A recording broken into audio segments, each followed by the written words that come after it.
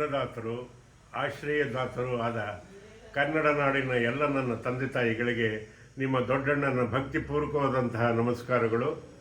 ನಿಮಗೆ ಒಂದು ವಿಷಯವನ್ನು ನಾನು ತಿಳಿಸಲೇಬೇಕು. ಏನು ಅಂದರೆ, ಇವತ್ತು ಬೆಳಗ್ಗೆನೆ ನಾನು ಹೇಳೋದಕ್ಕಿಂತ ಮುಂಚೆನೇ ಯಾರೋ ಅವಿವೇಕಿಗಳು ನಾನು ನಿಧನವಾಗಿದ್ದೀನಿ ಅನ್ನೋದನ್ನು ಫೇಕ್ ನ್ಯೂಸಲ್ಲಿ ಹಾಕಿದ್ದಾರೆ. ಅದು ಶುದ್ಧ ಸುಳ್ಳು. ನಾನು ಆರೋಗ್ಯವಾಗಿದ್ದೀನಿ, ನೆಮ್ಮದಿಯಾಗಿದ್ದೀನಿ.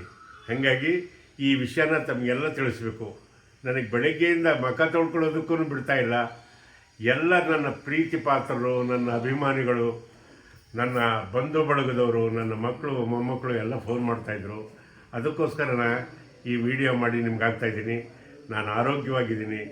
ಎಲ್ಲಿವರೆಗೂ ನಿಮ್ಮ ಆಶೀರ್ವಾದ ಚೆನ್ನಾಗಿರುತ್ತೋ ನಾನು 100 ಕಾಲ ಚೆನ್ನಾಗಿರ್ತೀನಿ ಅನ್ನೋದೇ ನನ್ನ ನಂಬಿಕೆ. ನನ್ನ ಮೇಲೆ ಈ ರೀತಿ ಪ್ರೀತಿ ವಿಶ್ವಾಸ ಇಟ್ಟಿದ್ದಕ್ಕೆ ಎಲ್ಲರಿಗೂ ವಂದನೆ. ಆ ಕಿಡಿಗೇಡಿಗಳನ್ನಂತೂ ಬಿಡಲ್ಲ, ಬೆನ್ನತ್ತಿ ಅವರಿಗೆ ಒಂದು ಪನಿಷ್ಮೆಂಟ್ ಮಾಡಿಸ್ತೀನಿ. ನಮಸ್ಕಾರ. ಈ ವಿಡಿಯೋ ನಿಮಗೆ ಇಷ್ಟವಾದಲ್ಲಿ ಲೈಕ್ ಮಾಡಿ, ಶೇರ್ ಮಾಡಿ, ಸಬ್ಸ್ಕ್ರೈಬ್ ಮಾಡಿ.